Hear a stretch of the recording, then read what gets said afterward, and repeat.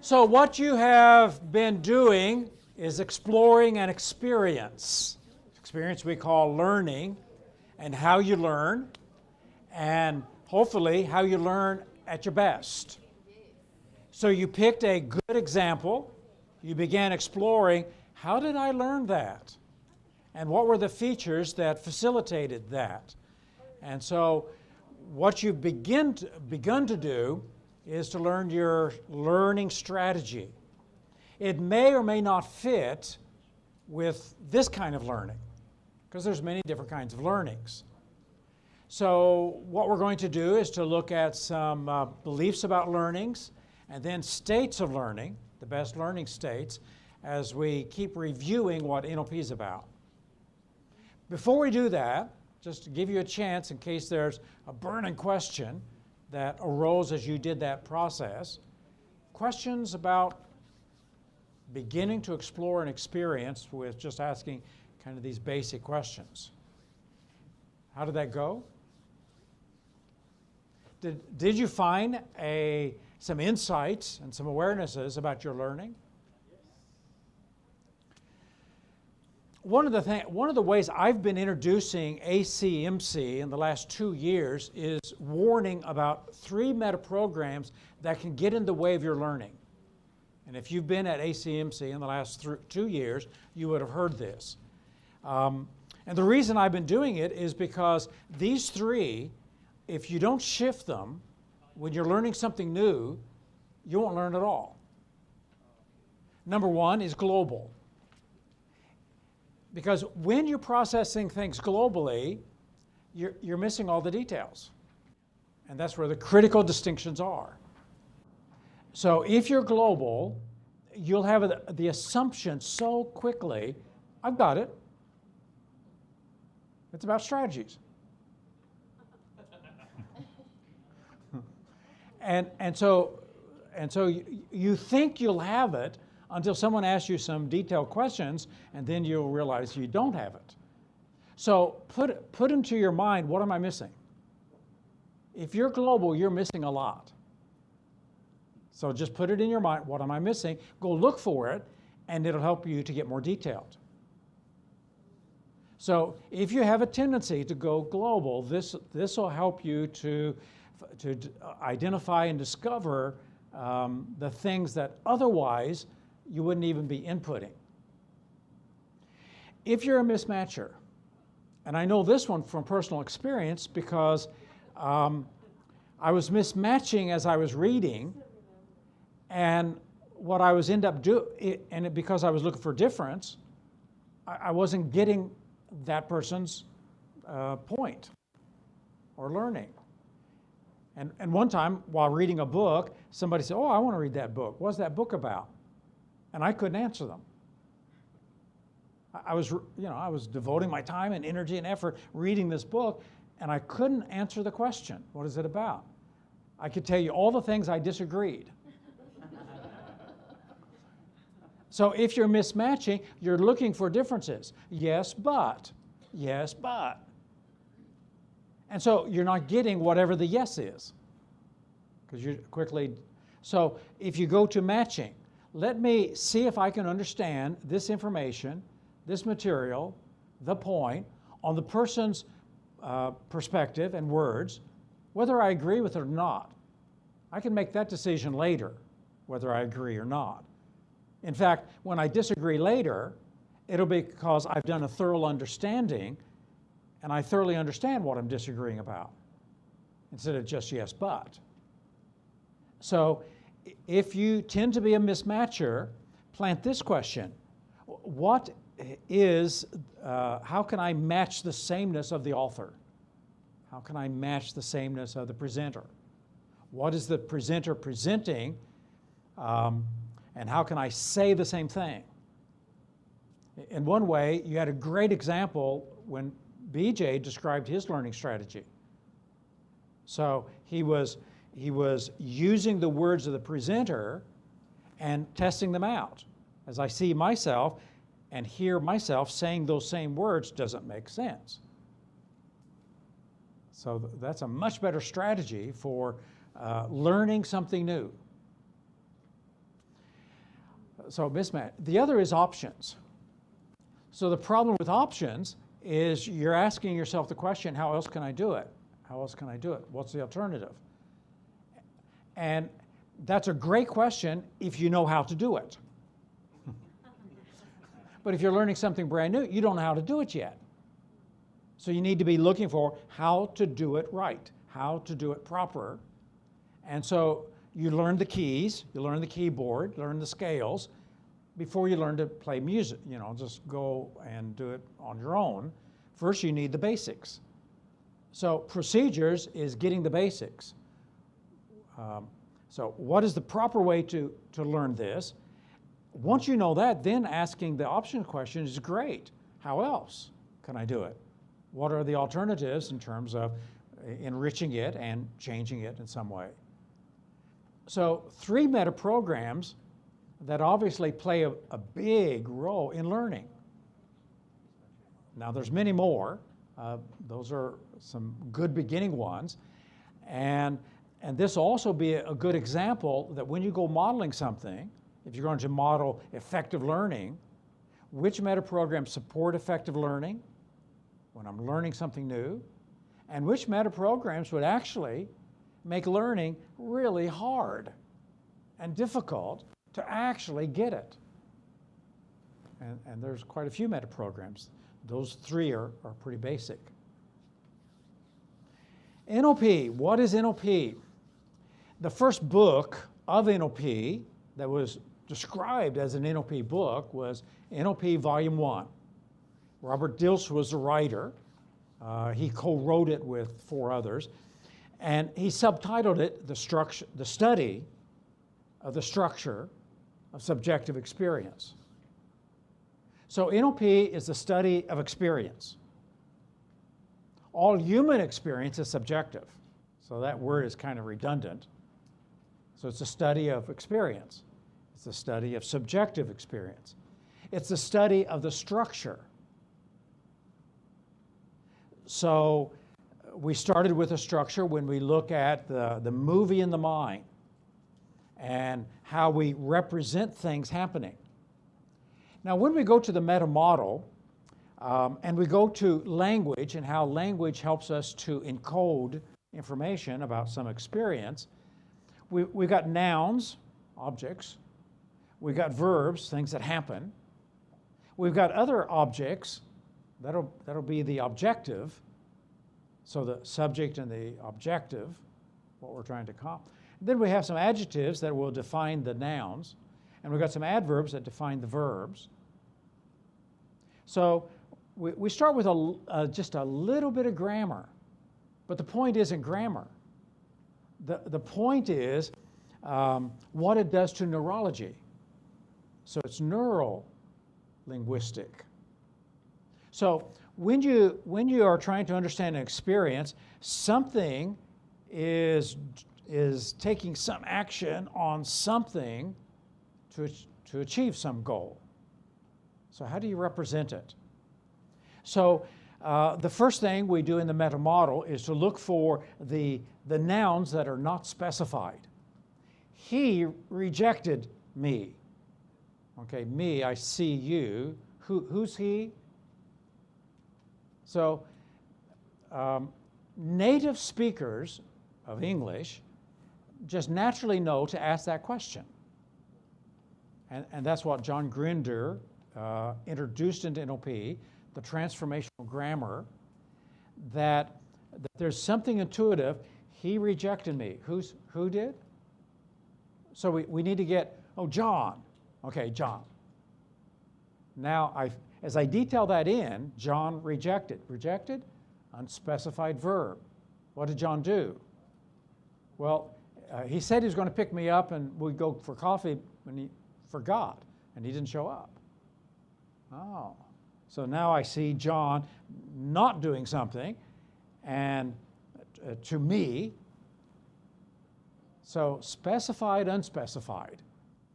So the first thing the meta model does, and this is a review of the meta model, it fleshes out and details out a fuller picture of what we're talking about. So here's an experience. John rejected me. But that's pretty vague, and I can't, I can't make a picture of he. I've got very vague, ambiguous picture of a male person doing something that's called rejection. I don't have that. I've got me. So what the meta model does is to make fuller, richer, more robust, more vivid, more compelling my map of my experience. And first of all, it's for me to be more fully aware, and then for someone else as I communicate that. So the meta model, and you've seen this diagram in Coaching Essentials, and it would be in the prac. This is the logical levels of the meta model. So we start with deletions. What's been left out? So sometimes different processes have been left out. So these would be the adverbs and adjectives that are not specified. The reference has been left out, or a simple deletion or a comparative deletion. So sometimes the problem with a map is there's not enough there. Things have been left out. Characteristics, qualities, factors have been left out. And if you're global, you probably won't notice. That's why planting the question, what am I missing? What's left out? And so this is on the deletions, because every map deletes things. Some things need to be deleted, and then some things delete that, and you got an impoverished map. And it's the impoverishment of the map that creates an impoverishment of my experience. When I have a richer map, my experience will be richer. Then we got generalizations. We've got the universal quantifiers, everybody, nobody, all, never. We got the modal operators. So this is a generalization. I should go to work. I need to exercise. I can finish that project. So the modal operators, which indicates some of the rules that I'm operating by, the rules in the back of my head. Either or is a generalization that's a very childish generalization. It separates the world into this or that. So am I strong or weak? Is it night or day? And so there's no room for anything in between. So it's overgeneralizing and at the same time distorting.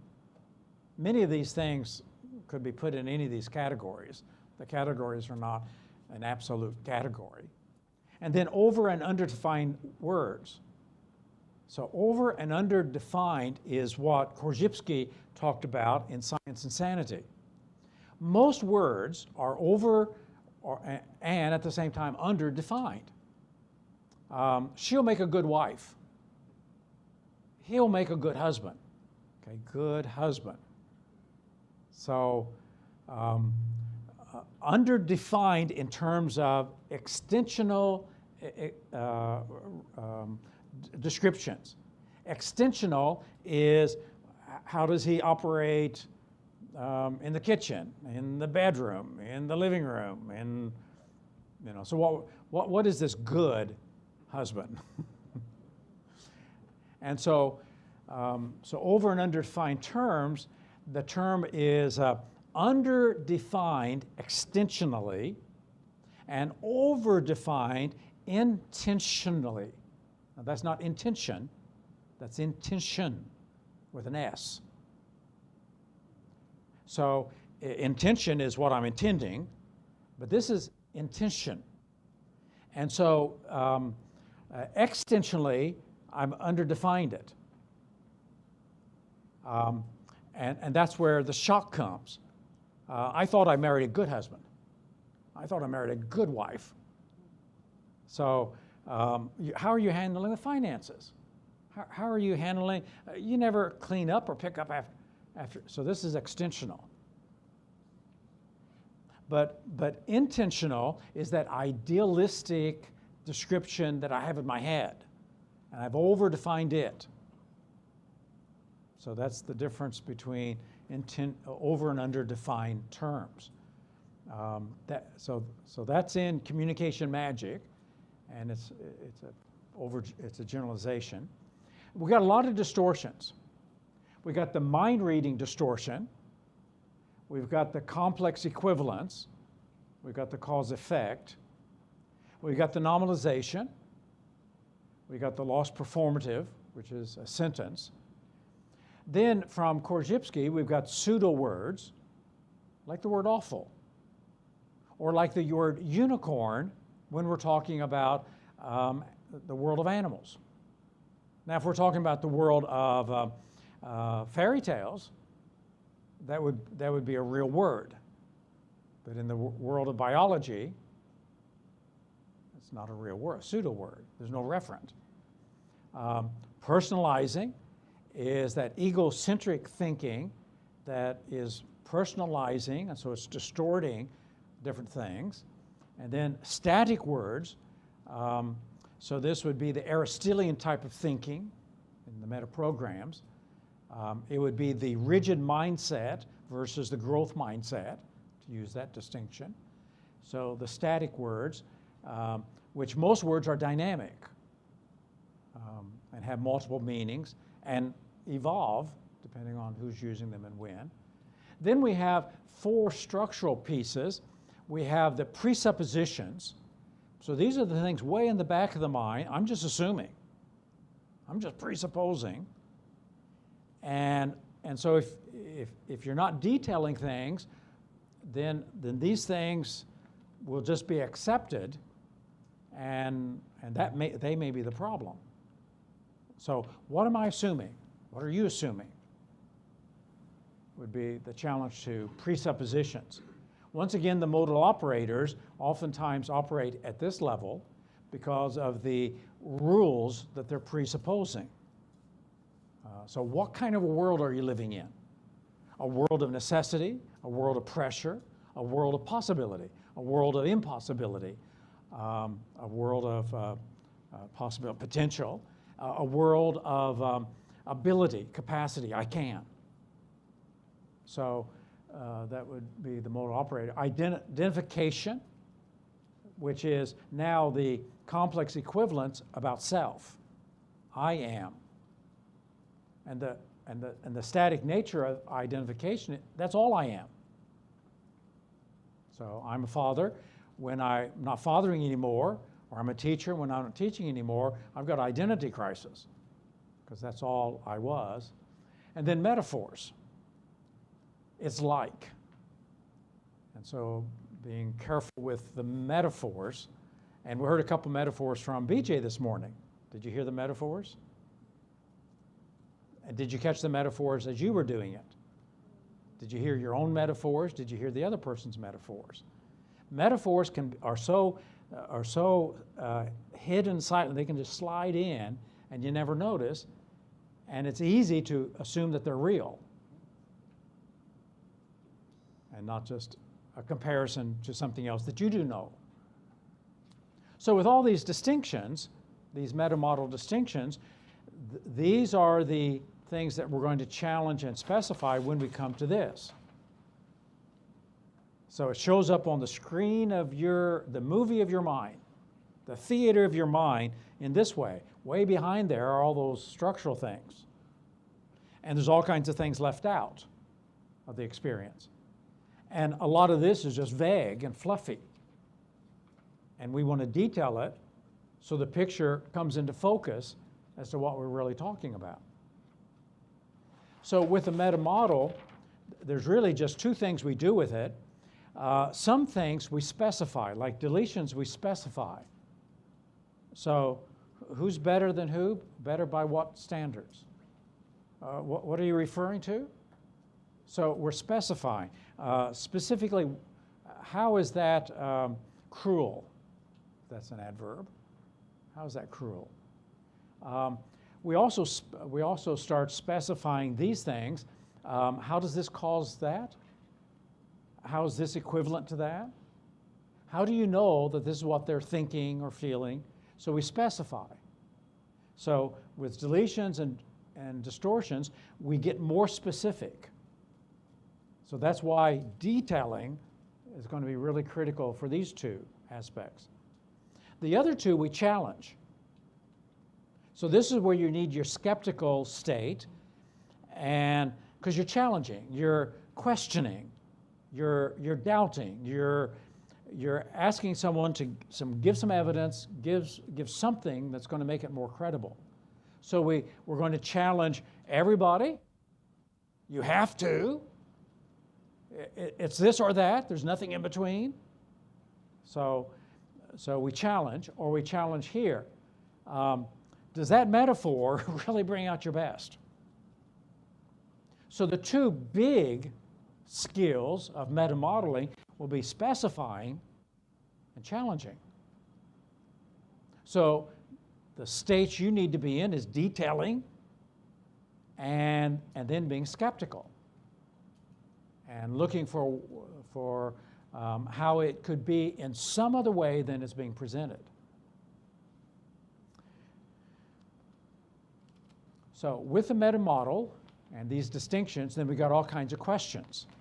And the questions then helps us to map out the theater on the mind and what's going on. So we have a skill, and it's called representational tracking. Who knows what representational tracking means? We got a few people know representational tracking.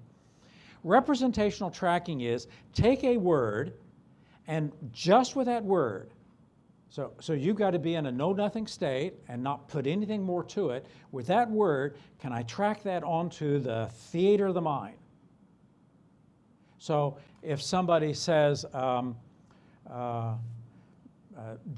John made a fool of us this morning in the office in the boardroom. John made a fool of us this morning in the boardroom. So the place is the boardroom. Okay, so which boardroom specifically? And all the questions about what does that look like and where is that and what was there. John, if we know who John is. If we don't, then who are you talking about? John who? Made a fool of us. I can't track that onto the... So now I've got lots of questions. First of all, who's John? And then, okay, John, and how did he make a fool of you? What did he actually do that you're jumping to this conclusion that he made a fool of us? It's a cause-effect. Something he did causes us to feel foolish or be seen as foolish, or however the word fool is being used. So if you can't representationally track, you've got questions to ask. So if you're skeptical and you need to specify, then that's what the questions helps you to do with someone. So that's how the meta model works. You find the distinction, and you ask the question to either challenge or specify. Now, a lot of these distinctions that we start, up through the first two categories, it's natural. It's intuitive, if you're a natural speaker of the language, to ask the question. The question is just a regular type of question that you would automatically go to. But the last two are not. So when you learn the meta model, these usually come real easy. So you hear a universal quantifier, well, nobody likes me. And you just naturally, nobody. You just naturally go there. So most of our intuitions are primed already for this. But our intuitions are not primed for this. So this is where you have to learn to ask those questions. So when you hear someone says, she makes me mad, our tendency is just to go, yeah, I know, she makes me mad too. So we don't have a natural tendency. How does that work? and to ask those challenging questions. So I'll give you a moment. Questions about this? Because this is what you'll be doing when you interview and when you are looking for information for modeling some experience. So every experience we've given you is a pretty global statement, like resilience. So what is, I can't map that onto the screen. So first of all, specifically, what do you mean by resilience, or communication, or respect, or healthy, and et cetera? In the structures, we have 4 listed. Does metaprogram fit into structure? If someone is global? So metaprogram is a different, it's looking not at language. This is looking at language and how language works. And metaprograms is looking at how thinking patterns and therefore perceptual patterns. Although, like modal operators, the same ones are in the meta model is a metaprogram. It's a choice metaprogram. So that's where there is redundancy between the two models. So how you use the meta model, you representationally track from a word to the screen in your mind, see if you can represent it. If you can't represent it, ask questions until you can. So that's going to be the skill of doing that. And so that's going to require the detailing and also the skepticism as you are noticing, can I represent that? Do I understand what you're saying on your terms without hallucinating? So one of the skills of using the meta model effectively is losing the mind so we stop hallucinating. I know what I mean by that word. What do you mean by that word? Would be the clarification check that we do in coaching. Okay, so, okay. I guess that last thing you said, Michael, is what normally would be a problem for a communicator, because when someone says something, sometimes it's obvious to me what my map is about. Like, because when you said when you are listening to someone, do you see a picture in your mind? And sometimes I do see a picture of my mind even without clarifying what the other person is trying to say, right? So my question is how would you correct that, for example? Because it's like too obvious sometimes. And well, this is where knowing your own self is the key. And the more you know your own self and your tendency to fill things in, and your ability to really lose the mind, come to the senses. So it's losing that meta mind, and now it's much more respectful. How are you using that term? Because I could impose my definitions and then get disappointed when you don't think the same way I do. So the more I can really go to that know-nothing state and be curious. So that's where the curiosity of NLP, if I can get in a real curious state and use that tracking system. I can't track that word. So you said something about your self-esteem. How are you? I know what I mean when I use that terminology. I'm talking about unconditional positive regard. Is that what you're talking about? No, I'm talking about my skill in getting this next level job. Oh, that's what you're talking about. I call that self-confidence in what you can do. I don't call that self-esteem. So I can now work with your language. I just have to keep putting my definitions, my understandings aside. And to do that, you have to be pretty confident in yourself to put your understandings aside. Because it takes, an insecure person can't do that. Because insecure people tend to do the identification, I am my experience. And my definitions and my words is my experience, and I just can't set, who would I be? So it takes a lot of security to be able to put that aside, knowing that it's just a way of thinking. And I can try on this other way of thinking, because I'm not going to lose myself. And it just takes a lot of practice and commitment to doing that to really get that well trained in. Okay? In the process of the interview regarding DJ, I noticed that he was mentioning about the voices at the back of his head. And he was doing the hand gesture several times. I counted 3 or 4 times. Yeah. In the process of the interview, would semantic gestures play a big role in unfolding what's hidden behind the motivation of the person, in why he's learning? Because you asked about identity and you asked about the belief, and sometimes those things are being expressed by the body unconsciously. Right. So in the process of interview, you could point that out and clarify and ask about it. Yeah. Especially if it has a big effect. Because I want to know how this works now. So, Michael, during your training, do you see the effect of culture in the languages, or is it all across the board that people tend to generalize? Oh, yeah. So it's all across the board. Yeah, every language is built that way.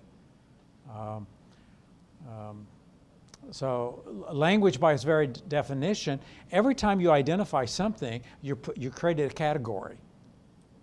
And so it's a generalization. So something as simple as a chair. Well, that's the prototype-looking chair. But there's another chair, but it doesn't have a back. Then there's the beanbag chair. Then there's the lounge chair. And then you could sit on a bench and call it a chair, or a rock and call it a chair. So chair becomes pretty, I can do a prototype picture of a chair in here, but if someone says he picked up the chair and threw it, and I'm thinking about a great big old relaxing sofa type of chair, I said, boy, that guy was strong. He picked up a chair and threw it at him. But if I'm thinking of a little folding chair, so it's a category, and that's how language is built. Yeah, and also for metaphors, I don't know in anywhere else around the world, but when I coach in Indonesia, a lot of people used to like using examples to explain something. Yeah. So it's everywhere. It's everywhere. It's everywhere. Metaphor is great. Meta, foreign. The old Greek word foreign means to bear. So here's something I don't understand. So I bring to a meta level something I do understand. I'll understand this in terms of that.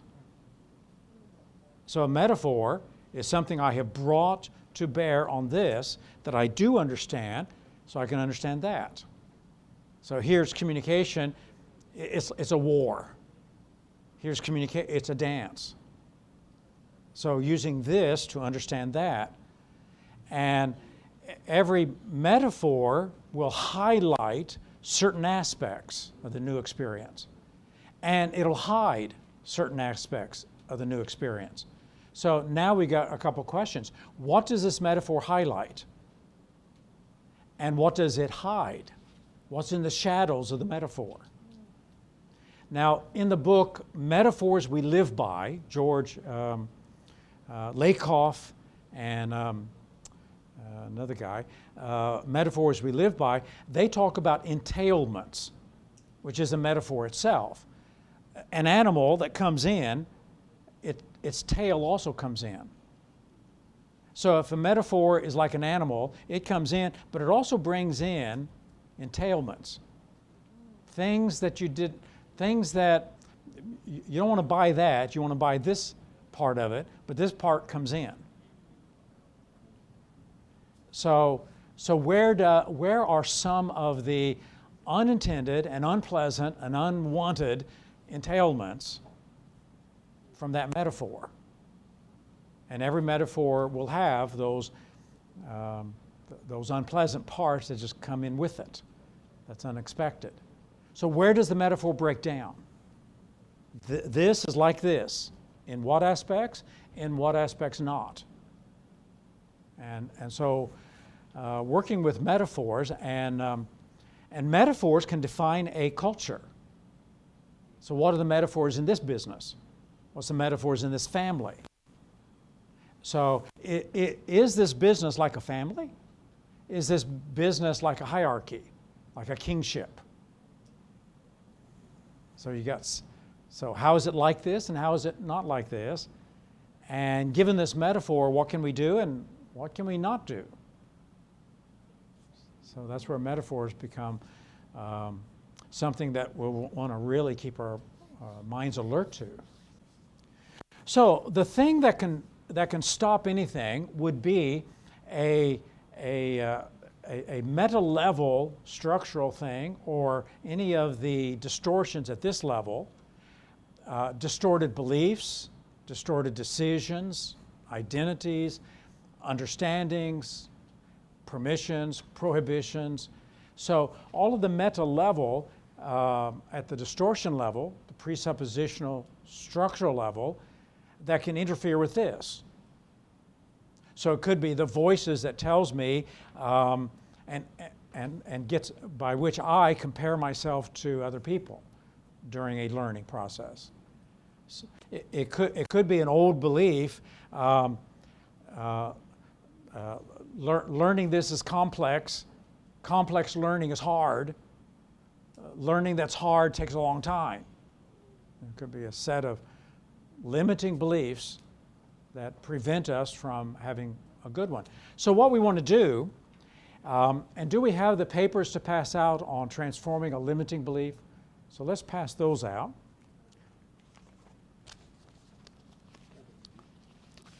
So we've got a little sheet that's going to be coming around. It's a pattern, transforming limiting beliefs into enhancing beliefs.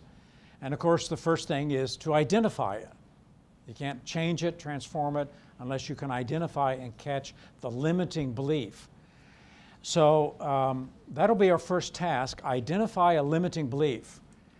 Did everybody catch one as you were doing your elicitation this morning?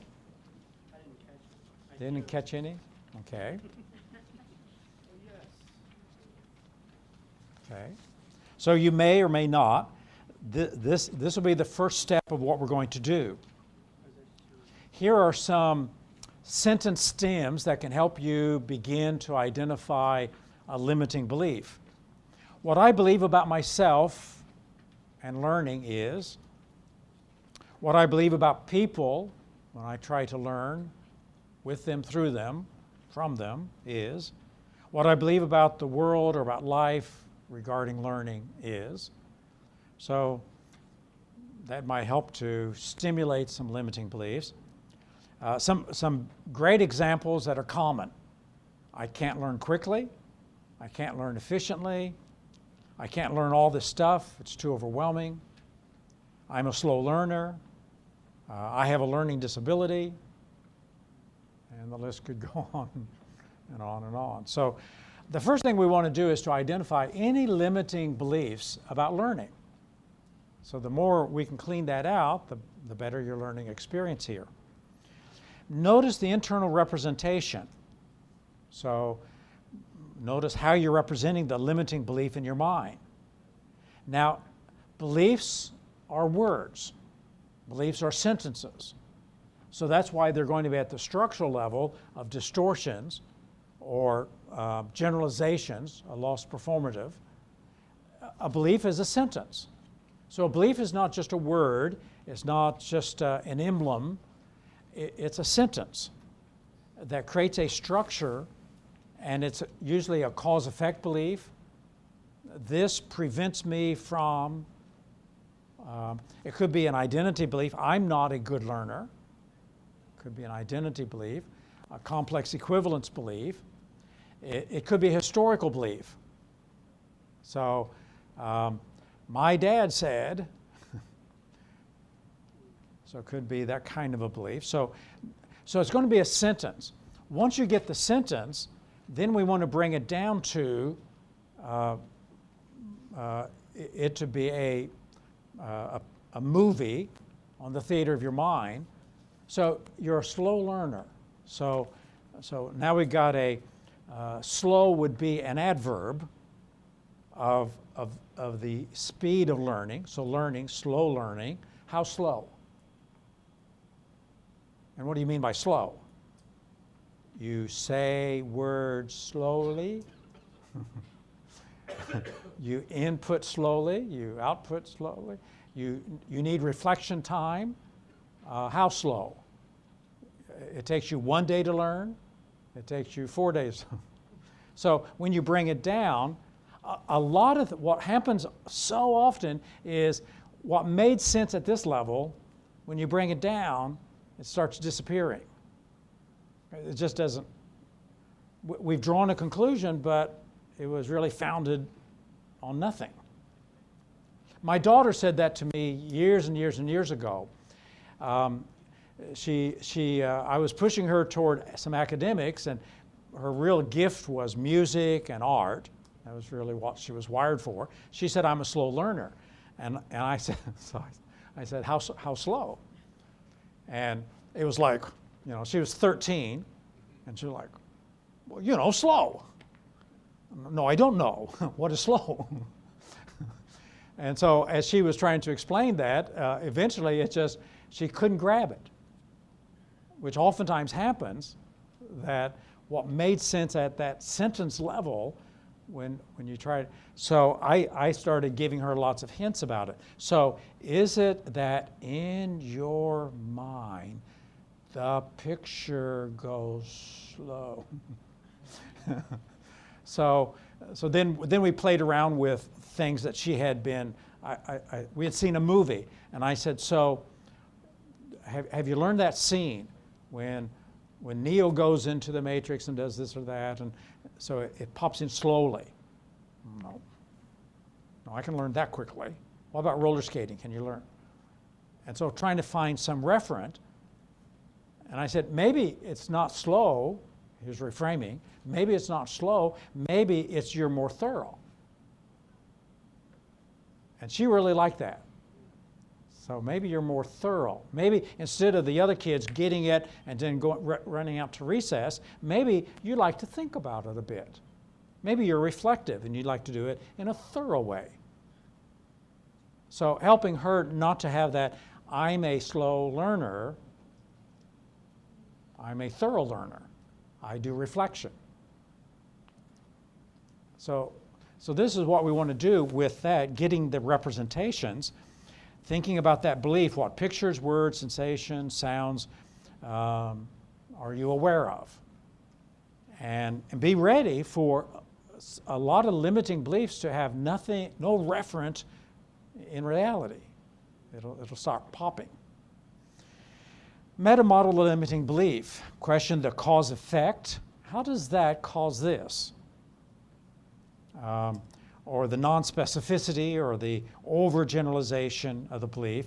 And what the meta-model essentially does is deframe. When we get to mind lines, one of the whole mind line strategies, two of the mind lines, is deframing. And that's essentially what we're doing here. What would you prefer to believe about that aspect of learning? Well, it would be more enhancing or empowering belief. Describe it fully. State it as a single sentence. I can learn new materials effectively and efficiently. So that would be a capacity belief. I can. I believe I can learn to improve my learning skills. Another capacity belief. So think about a belief that you'd like to have and then check for ecology. Is that belief good for you, ecological? Would it enrich and enhance the relationships and what you're doing? Any problems with it? Would it mess anything up? So a real basic pattern of what we're going to do here for a limiting belief. Who's got one that I can do an interview with you, go through this process as a demonstration? All right, thank you. So, are you aware of a limiting belief that stops you from being the learner that you want to be? So I applied it through my mind, and I don't believe that I have a limiting belief in this kind of space. Okay. So I learn really well in this kind of Okay. space. I battle to learn when I have to do it on my own. Okay. I can hold it. Yes, I can. Okay. So you battle when you have to do it on your own. Okay. So what do you believe? I believe I need people and experience. I need to experience Okay. it Okay. to learn most effectively. So I need people, or I need an experience to learn effectively. Do you also believe I can't do it on my own? No, I can do it. It's just not that much fun. Okay. So what you believe is not so much fun to learn on my own? Yes. It's not so much fun? Do you believe it's hard to learn? Yes. I believe it's hard to learn on my own. Yes. Much harder than this. Much harder. Yes. Okay. So that's the limiting belief that we have. So if I could peek into the theater of your mind and you say the words, it's much harder to learn on my own, what are the pictures coming to your mind? So it's not a picture, it's the word motivation. That's... So the word motivation comes to your mind, and so I'm not getting it. Okay, so energy. It takes a lot of energy to learn on my own. Okay.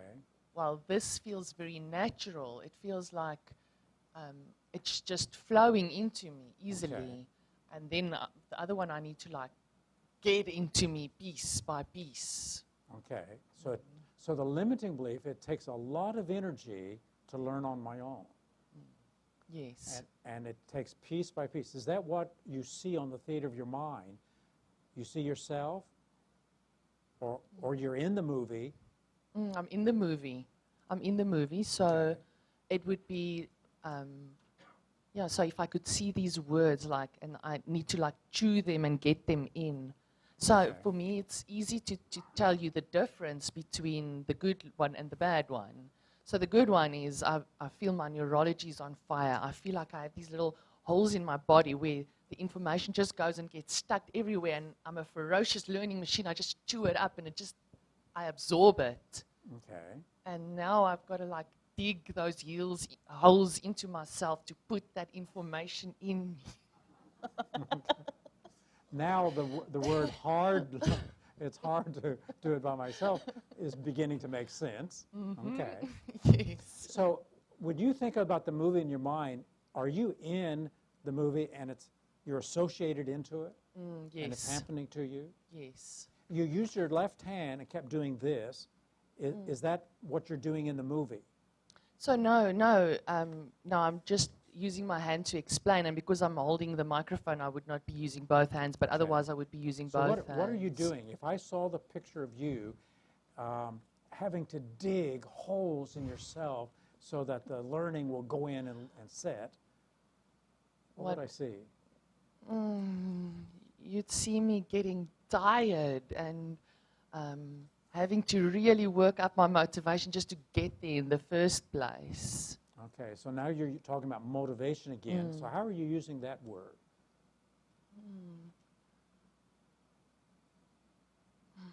You've talked motivation and energy. So how am I using the word motivation? The motivation would be like this fire. Okay. So when I am learning well, I'm really motivated for it. I'm in a good state. It's as if my neurology, I can see that fire running all over my body. Okay.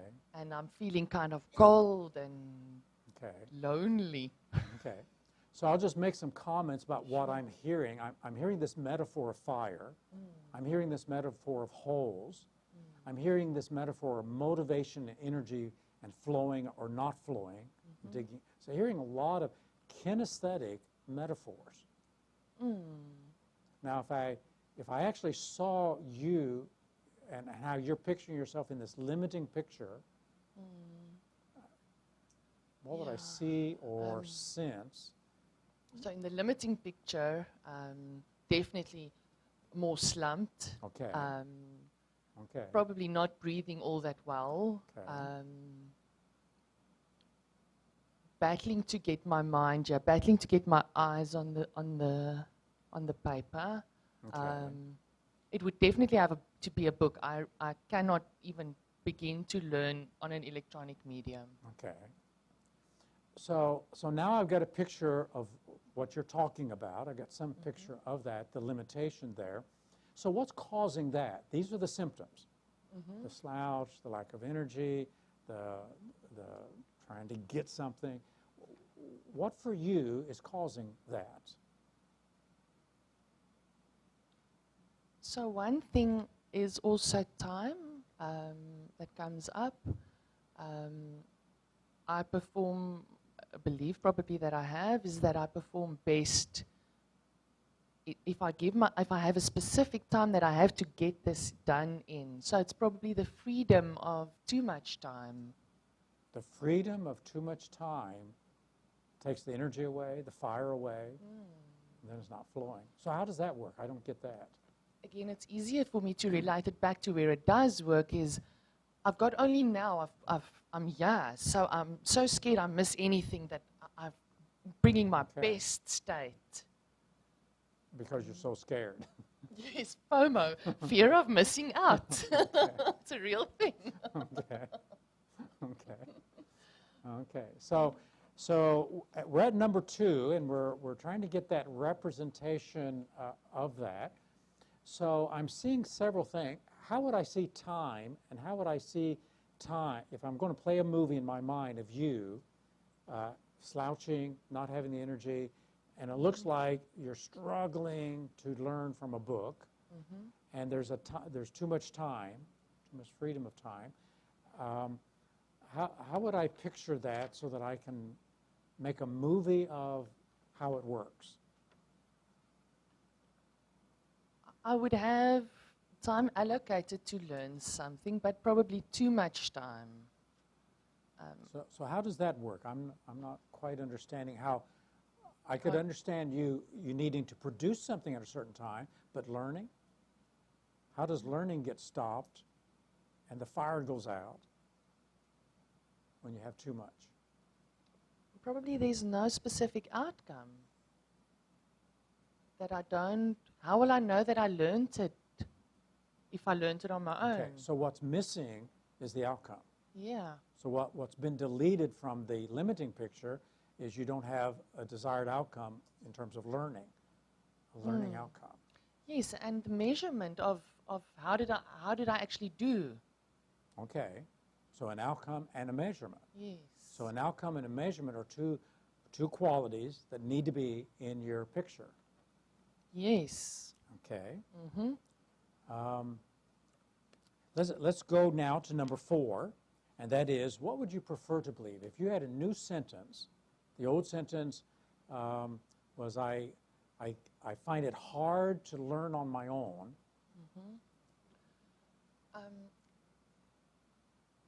That I'm as good a learner on my own as I am in this training. Okay. Okay, so that's what you would like to believe. Okay. So what do we need to do for a picture? Probably some outcome, probably some measurement. Anything else? Not so much freedom of time. I need that time. So if it's going to be half an hour, it's going to be a half an hour of genius state. And then I need to know what the outcome is and what the measurement is. How will I know that I use that time effectively? So which of those helps to create the fire? It's a combination between the time and the measurement. Okay, and how does that work? What do you believe about outcome and measurement that helps to put some kind of a fire inside of you? So time for me is precious. I want to make absolutely the most of the time that I do have. Okay. And if I measure it that I did make the most of that time, so of the two, the time is more important. Okay. And then measure how effectively I use that time. Okay. Okay. Now you mentioned 30 minutes. Is that a what- good time learning segment? I would like to do 2 blocks of 30 minutes. Okay. Because I know that the first block might be slightly more difficult, but if I then in that time measure and I see, geesh, this is what I did achieve, then the next 30 minutes would be a lot Okay. easier. Okay. So here's some feedback of what I'm hearing. I'm hearing you need intentionality. You need the focus of intentionality. Okay. You need that outcome. So But you I need. wonder what the intentionality difference is between when I do learn well and when I don't learn well, because I would think the intentionality would be the same. Yeah, and what is it? The intentionality is the same. Okay. So that's not the difference that makes the difference. No. Okay. So the other thing I'm hearing is about measurement, and it sounds like you like to have little bits of success. That builds. Is that what builds up the fire? Yes, that definitely builds up the fire. Okay. And as in my previous, when we did the exercise, a frame that Cheryl set in 2008 in my module 1 is, what if you were going to be learning the most important thing in your life in the next 5 minutes? What would your state look like? Okay. Okay. Is that what creates fire for you? It creates a heck of a lot of fire. Okay. Because I'm worried I'm going to miss out. Okay. Okay. So what if you add that to your desired belief that here's this curiosity, here's the state of awe and wonderment. What if in the next 5 minutes, 30 minutes, what if this learning segment, I'm going to find something that's going to just change my life? That is big. Okay. Yes. So that's going to be a belief system above the belief system. I can learn as effectively with myself as inside of a training group. So when you try that on, how does that? Yeah, it definitely makes a huge difference. Okay. How huge? Not as big as this training, so I don't know what's still there. Okay. Okay. But it's from a 2 out of 10. It's probably now like a 6 out of 10, which Okay. is already a lot. okay. So what we've added is not a measurement, and but a larger what if, and the possibility of discovering the greatest thing that you can discover. So that wonderment. Do we still need to add some measurements? Yes, Okay. that would ramp it Okay. up for me. Do you normally count things?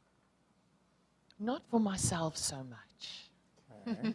Now, so is that what we need to add to the piece?